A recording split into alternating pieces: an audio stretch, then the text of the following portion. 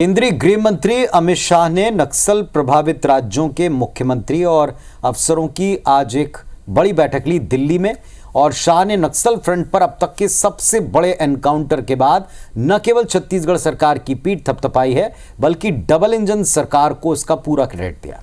सियासी तौर पर यह सही भी है। मौजूदा दौर में मिली जो कामयाबी के वक्त दोनों जगह भारतीय जनता पार्टी ही सत्ता में है, लेकिन क्या वास्तव में पूर्ववर्ती कांग्रेस सरकार ने नक्सल फ्रंट पर कुछ भी नहीं किया? क्या तब राज्य और केंद्र के बीच अनबन और बिगड़े तालमेल की वजह से नक्सलियों के पांव नहीं उखड़ पाए? एक रिपोर्ट में आप देखें।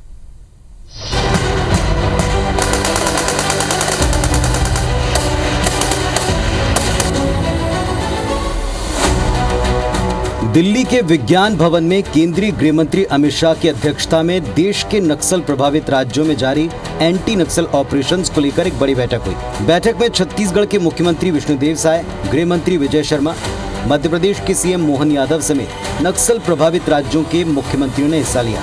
इस बैठक में छत्तीसगढ़ में हाल में अब तक के सबसे सफल एंटी नक्सल एक्शन का जिक्र हुआ।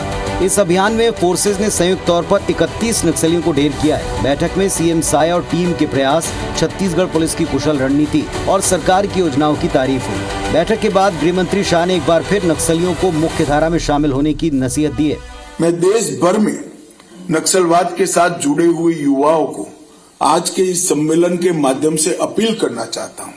चाहे नॉर्थ ईस्ट हो, चाहे कश्मीर हो, चाहे वामपंथी उग्रवादी क्षेत्र हो, सब जगह लगभग कुल मिलाकर 13,000 से ज्यादा लोगों ने हथियार छोड़े हैं और मेन स्ट्रीम में शामिल हुए हैं। मैं फिर से एक बार छत्तीसगढ़ के मुख्यमंत्री, गृह मंत्री, उनके डीजीपी, उनकी पूरी टीम को हृदय से बधाई देना चाहता हूं। मुझे इस बात का संतोष है कि अलग अलग राज्यों के साथ साथ मध्य प्रदेश ने भी अपने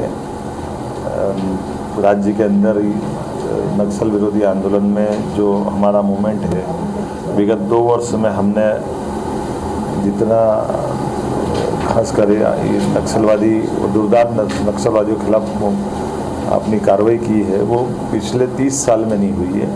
मुझे इस बात का संतोष भी है।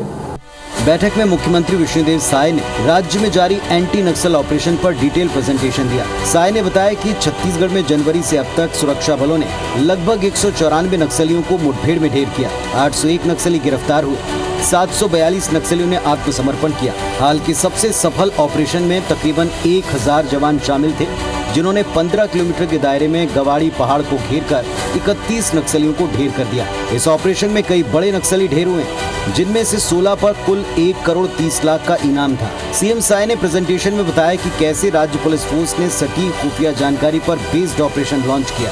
सीएम साय ने कहा कि मौजूदा सफलता राज्य पुलिस खुफिया एजेंसियों की महीनों की मेहनत और प्लानिंग का नतीजा है। जब से हम लोग सरकार में आए हैं, करीब 9 महीने हुए हैं, लगातार मजबूती के साथ नक्सलवाद के साथ लड़ाई लड़ रहे हैं और डबल इंजन की सरकार है, उसका भी लाभ हम लोग को मिल रहा है। जो नक्सल पीड़ित हैं उन पर भी चिंता हो और पुलिस का ऑपरेशन भी हो, इन सारे विषयों पर एक साथ काम किया जा रहा है। आने वाले समय में निर्धारित समय पे पूर्ण नियंत्रण की स्थिति होगी और छत्तीसगढ़ में भी मैं सोचता हूं कि काफी दूरी हमने तय कर ली, काफी दूरी तय कर ली। इधर विपक्ष ने बैठक में छत्तीसगढ़ पुलिस की कामयाबी पर बड़ी सधी प्रतिक्रिया दी। नक्सलवाद समाप्त तो ये छत्तीसगढ़ की जनता भी चाहती है, बस्तर की जनता भी चाहती है, लेकिन हमने शुरू से कहा टारगेटेड एनकाउंटर होना चाहिए, ना कि वहां के निर्दोष आदिवासियों को मारना चाहिए। कुल जमा सारिये के केंद्रीय गृह मंत्री अमित शाह ने छत्तीसगढ़ में हुए सबसे सफल एंटी नक्सल अभियान की प्रशंसा करते हुए बाकी राज्यों को नक्सल मोर्चे पर छत्तीसगढ़ में अपनाई गई रणनीति को फॉलो करने की नसीहत दी है। सवाल ये, क्या वाकई मौजूदा रणनीति इतनी कारगर है? क्या इसके बूते नक्सलवाद का खात्मा होना तय है? राजेश मिश्रा, IBC 24, रायपुर।